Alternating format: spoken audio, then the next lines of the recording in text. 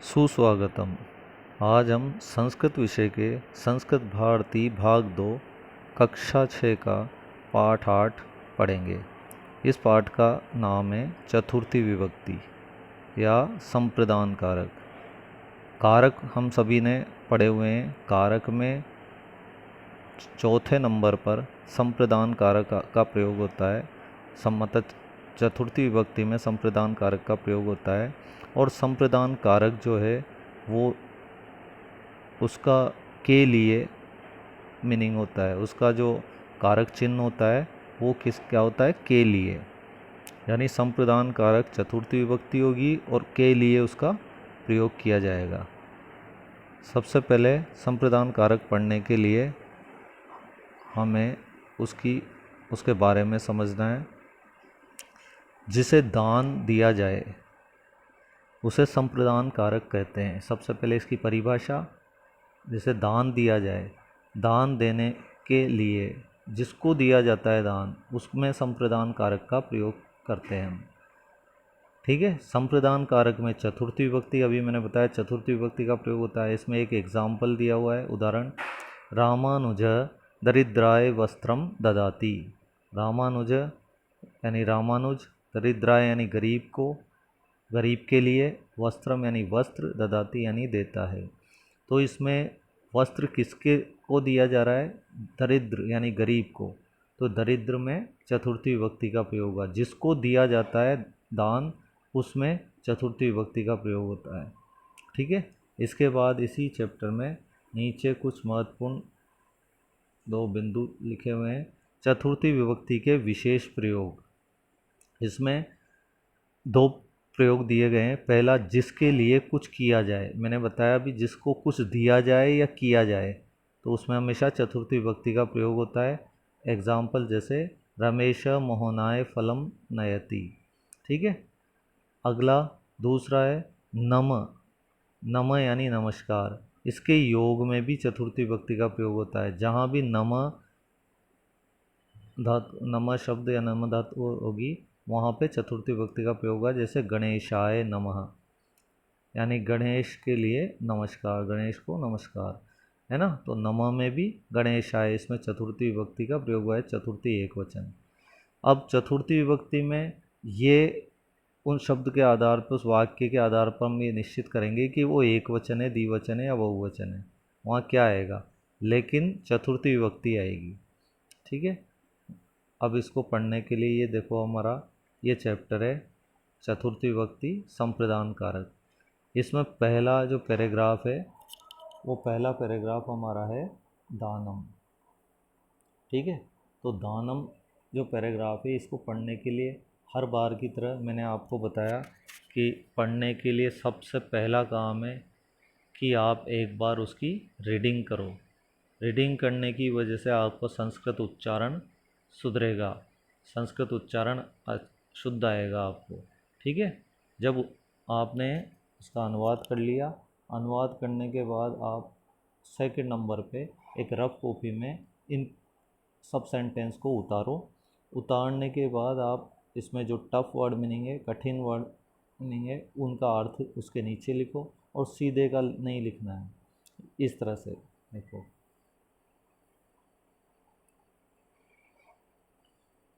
ठीक है। इस तरह से आपको उसका अर्थ लिख लेना है। जैसे पहला सेंटेंस में मैंने केवल मात्र एक जगह पे अस्थि के नीचे अर्थ लिखा है। हर एक के नीचे अर्थ लिखने की आवश्यकता नहीं है, आपको केवल जो नहीं आए उसके नीचे आपको अर्थ लिखना है। ठीक है। तो अर्थ लिख लिया, और जिस वर्ड में अर्थ नहीं लिखा है उसको एज इट इज़ बोलना है हमें। ठीक है। जैसे अब इसमें हिंदी अर्थ करके बता रहा हूँ आपको। दानम एक उत्तमम गुण अस्ति। दानम या दान एक निबंध है, उसको लिया गया है। दानम यानी दान, एक उत्तम गुण, एक उत्तम गुण, अस्ति का मतलब है दान एक उत्तम गुण है। अब यहाँ दानम था तो म को मैंने अंडरलाइन कर दिया क्योंकि इसको मैं बोलना नहीं है।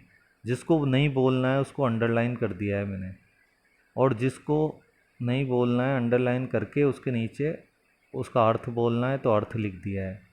ठीक है। इसी तरह से आपको करना है। तो आपको अनुवाद करना बहुत आसान हो जाएगा।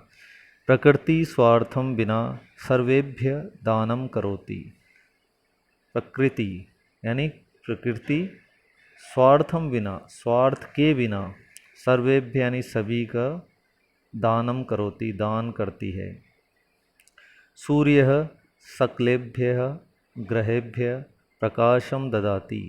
सूर्यः, सूर्य, सकलेभ्य यानी सभी, ग्रहेभ्य यानी ग्रहों के लिए, सूर्य सभी ग्रहों के लिए, प्रकाशम यानी प्रकाश को, ददाती यानी देता है। अब देखो इसमें सबसे बड़ी बात है, आपको बुक में तो आपके रेड कलर से लिखे हुए हैं सब, और इसमें वो वैसा नहीं है। अभी अब बुक का देखोगे आप चैप्टर, उसमें रेड कलर से है जो भी चतुर्थी विभक्ति जहाँ भी प्रयोग हुई है। जैसे दूसरे नंबर में सर्वेभ्य, उसमें चतुर्थी विभक्ति का प्रयोग हुआ है, चतुर्थी बहुवचन। यहाँ सकलेभ्य ग्रहेभ्य चतुर्थी बहुवचन का प्रयोग हुआ है। ठीक है। थर्ड फोर्थ लाइन, वसुधा जीवेभ्य अन्नम यच्छति। वसुधा यानी धरती, पर्यायवाची है ना। जीवेभ्य यहाँ वही चतुर्थी विभक्ति बहुवचन का प्रयोग हुआ है, जीवों के लिए। अन्नम यानी अन्न, यच्छति यानी देती है। धरती जीवों के लिए अन्न देती है। पौनः कस्मै प्राणान्न ददामि। पौन यानी हवा, कस्मै यानी किसके लिए, ये चतुर्थी विभक्ति का प्रयोग है, चतुर्थी एकवचन। प्राणान, यहाँ द्वितीय विभक्ति एक बहुवचन है। प्राण को यानी प्राण यानी वायु को, हवा को, ऑक्सीजन को।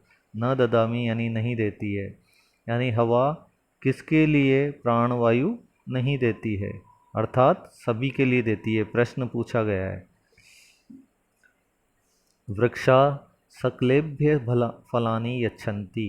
वृक्षः यानी पेड़, सकलेभ्य यानी सभी के लिए, फलानि यानी फल, यच्छन्ति यानी देते हैं। पेड़ सभी के लिए फल देते हैं।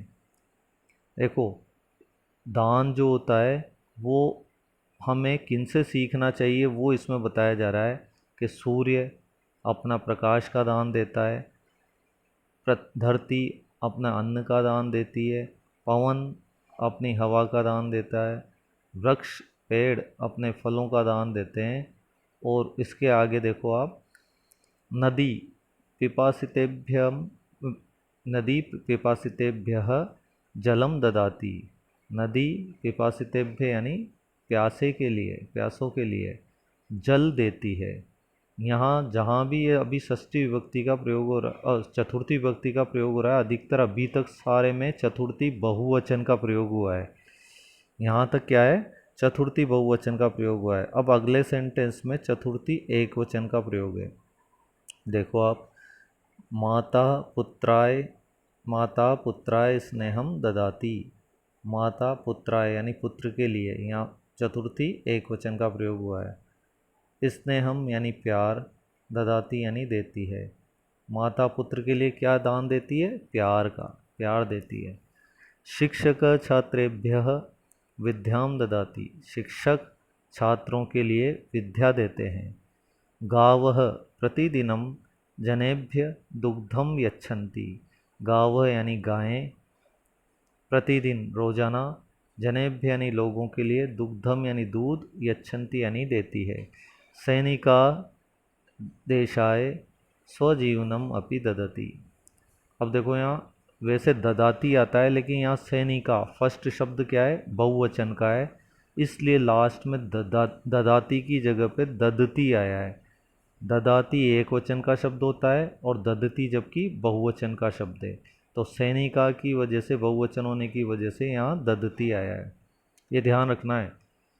आगे वाला शब्द यदि एक वचन होगा तो लास्ट में यहाँ ददाती आएगा, और जबकि फर्स्ट शब्द बहुवचन का है तो फिर ददाती की जगह पे ददती आएगा।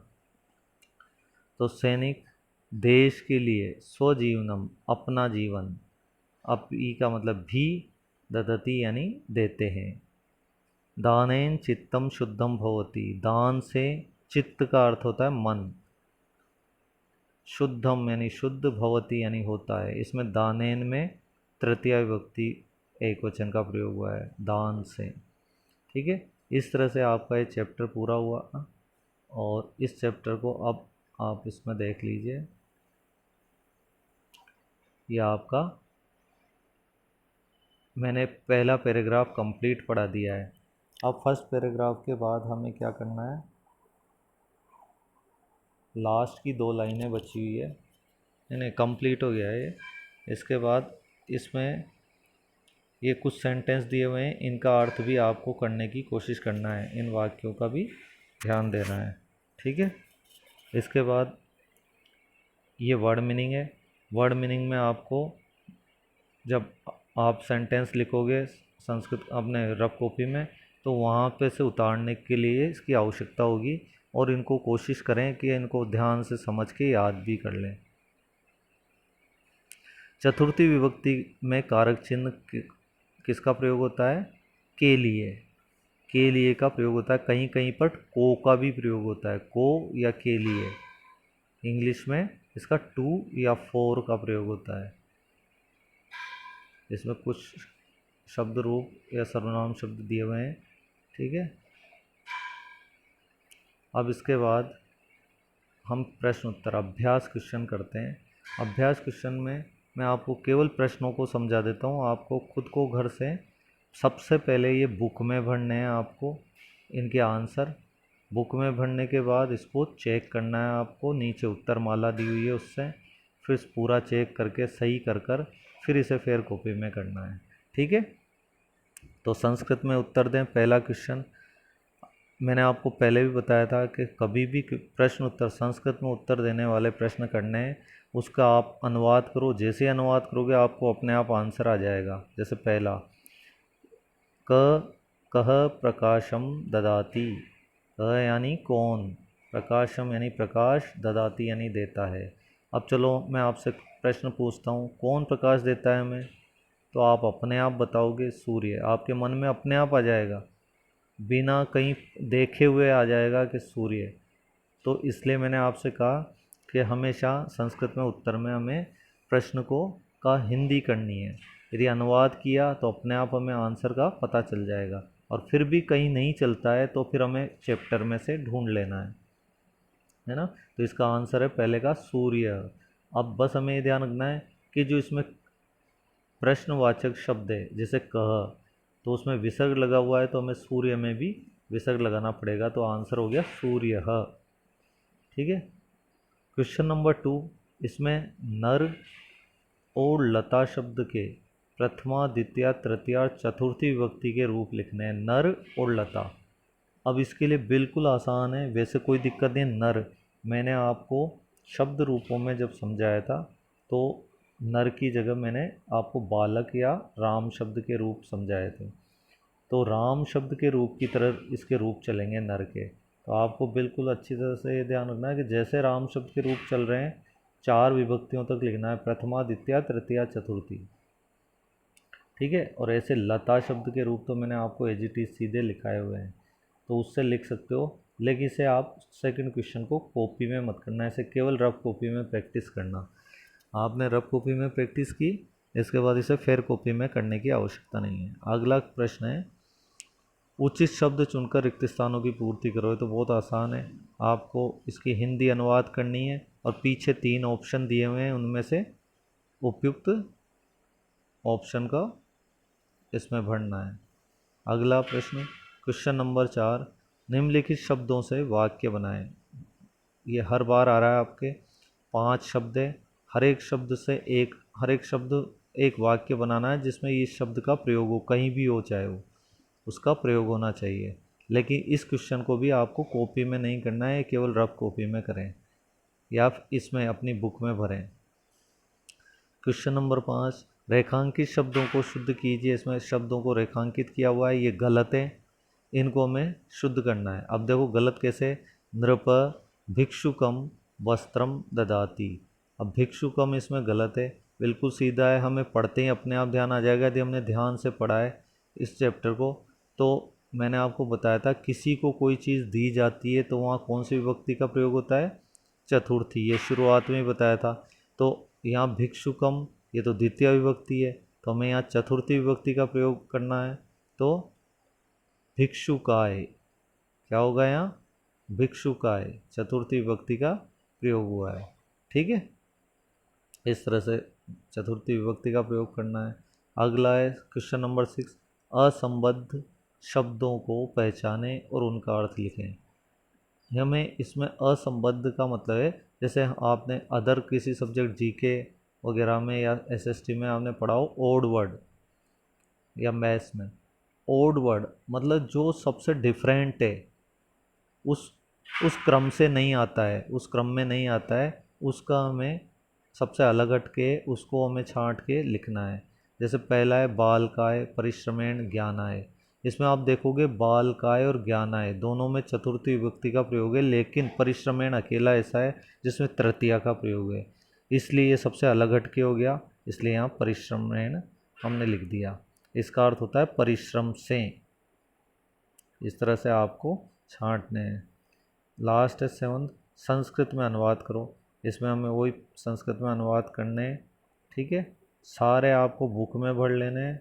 ये आपका उत्तर माला है। फिर बाद में बुक में भरने के बाद जो भी गलत हो इसमें से छांट कर देख कर उसको जांचना है, आपको चेक करना है। चेक करने के बाद जब चेक कर लो, अच्छी तरह से करेक्शन कर लो, तो फिर आपको उसे संस्कृत की फेयर कॉपी में उतारना है। ठीक है, फेयर कॉपी में उतारने के बाद फिर आप उसे याद कर सकते हैं। एक बार उसे अच्छी तरह से याद करें। याद करने के कारण आपको वो अच्छी तरह से समझ में आ जाएगा। यदि एक बार में कभी किसी को समझ में नहीं आए, उसे दोबारा उसका अध्ययन करना चाहिए, दोबारा ध्यान से सुनना चाहिए। ठीक है, धन्यवाद।